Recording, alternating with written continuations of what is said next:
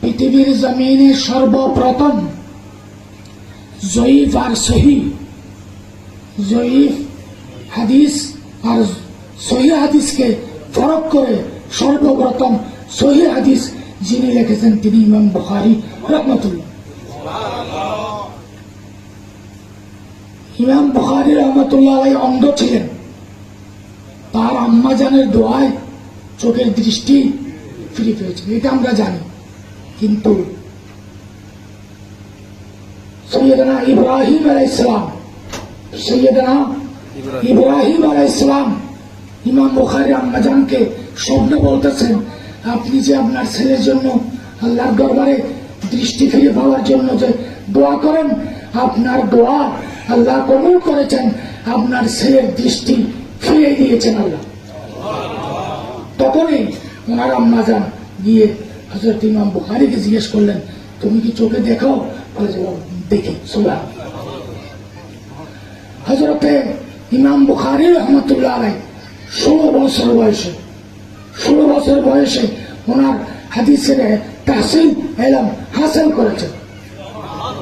18 বছর বয়সে তিনি মদিনায় পাকে গেলেন। 17তে কেন যান নাই, 19-এ কেন যান নাই, 18 কেন গিয়েছেন, এটারও একটা শান রয়েছে। সুবহানাল্লাহ। আমরা জানি 18,000 আলো, 18,000 ওয়াফি আনফুসিকুম মা লা তুবসিরুন, এটা হলো ইলমে শরিয়ত, ইলমে তরিকত, মারফতের ইলম। প্রত্যেক বান্দার ডান হাতের মধ্যে আল্লাহ পাক রব্বুল আলামিন 18 রেখেছেন।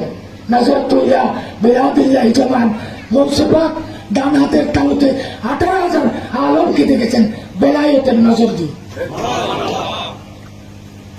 হযরতে ইমাম বুখারী রাহমাতুল্লাহ আলাইহি একজন উস্তাদ ছিলেন, তার নাম ছিল মুহাদ্দিস দাখিলি রাদিয়াল্লাহু তাআলা। একদিন হাদিস রওয়ায়াত করছেন, তিনি হাদিস রওয়ায়াত করতে যাইয়া আবু সুবাইর বলেছেন। তখন তিনি পরে বললেন আদবের সাথে, হুজুর এটা আন সুবাইর আন আদি। তখন মানে পাণ্ডুলিপি দেখার পরে বলে যে তুমি সত্যিই বলেছো, তোমারটাই ঠিক। সুবহানাল্লাহ। এখন যদি আমাদের কোনো ছাত্র আমাদেরকে বলে, হুজুর আপনার এটা বোধহয় এটা না এটা সহি, আপনার তো সব কথা আল্লাহর লেসান হচ্ছে, তখন আমরা বলবো বেটা তোর ওস্তাদ, আমাকে তোর থেকে কম বুঝি। এগুলো ওস্তাদ নয়। ইমাম শাফি আলাইহির রহমাত, আহমদ ইবনে হাম্বলের জুব্বা পানি দিয়ে ডুবাইয়ে পানি